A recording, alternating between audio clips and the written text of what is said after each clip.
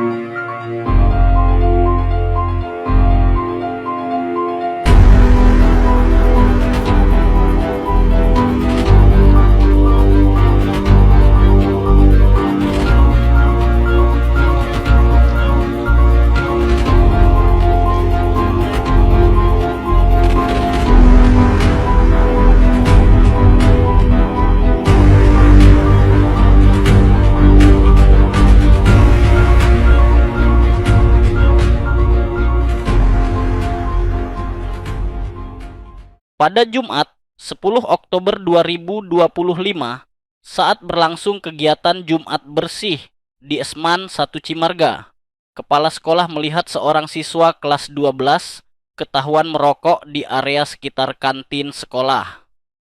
Siswa itu semula membantah bahwa ia merokok. Ketika ditanya, ia mengaku tidak membawa rokok dan bahkan membuang puntung rokoknya.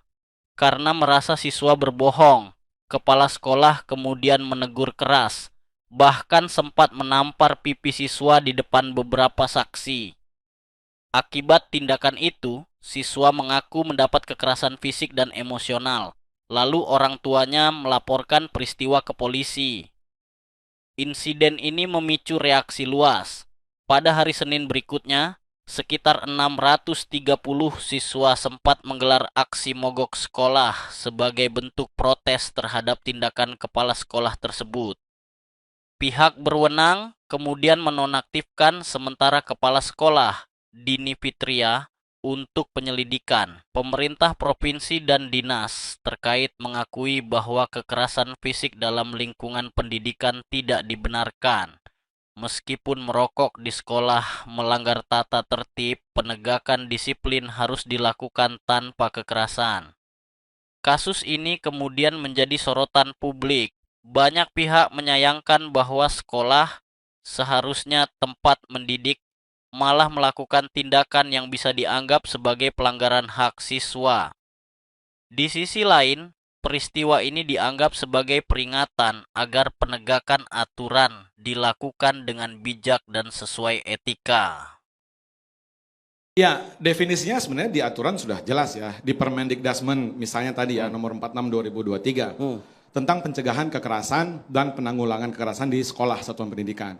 Kekerasan itu sebuah perbuatan baik langsung atau menggunakan alat yang menyebabkan luka atau menyebabkan rasa sakit bagi si objek. Dalam hal ini misalnya anak atau guru, karena guru juga bisa menjadi korban kekerasan.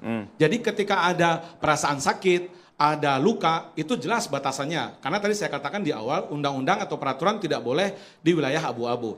Hadirnya Permen 46 tahun 2023 ini memberikan kepastian hukum karena ada 7 jenis kekerasan di dalam aturan tersebut. Pertama kekerasan fisik, kedua kekerasan psikis, ketiga perundungan, berikutnya kekerasan seksual, berikutnya adalah intoleransi, kemudian diskriminasi intoleransi dan kebijakan sekolah yang mengandung kekerasan dan kekerasan lainnya.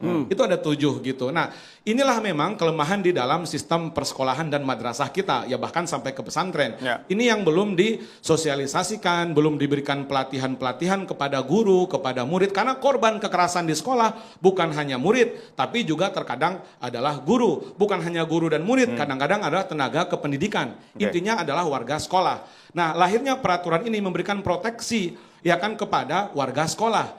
Itu yang pertama. Nah, yang kedua, makin ke sini tentu perkembangan mengenai hak asasi manusia, mengenai demokrasi, mengenai isu-isu pengasuhan kan makin kompleks dan makin jelas regulasinya. Bahkan banyak badan-badan yang didirikan oleh negara gitu ya. Bahkan kita sudah misalnya meratifikasi konvensi hak anak melalui Kepres. Ini sudah lama sebenarnya, Kepres 36 tahun 90 gitu. Lalu ada KPAI, lalu ada Undang-Undang Perlindungan Anak. Jadi ketika dalam artinya jelas.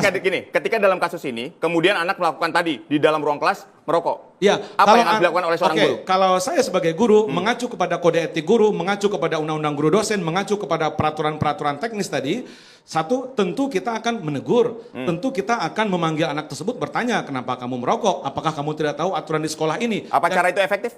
Oh, harus efektif memang karena pendidikan itu Pak, usaha yang ada prosesnya, proses panjang, tidak cepat gitu. Memang pendidikan itu butuh waktu, tidak jadi sekarang langsung dibuat, emang ngegoreng telur ceplok gitu langsung jadi. Tidak, pendidikan tuh upaya sadar, terencana, ada prosesnya. Itu yang pertama. Nah, yang kedua adalah Ki Hajar Dewantara, karena saya berpedoman salah satunya kepada beliau, tidak boleh memberikan hukuman kepada anak yang bersifat menyiksa.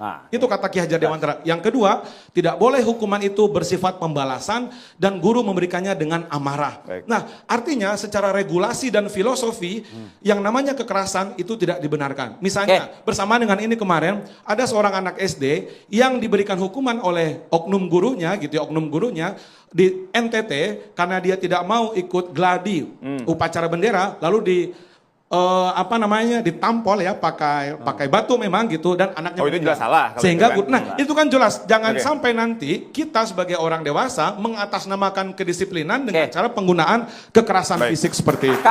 Mau minta maaf gitu ya, karena bapak anak saya.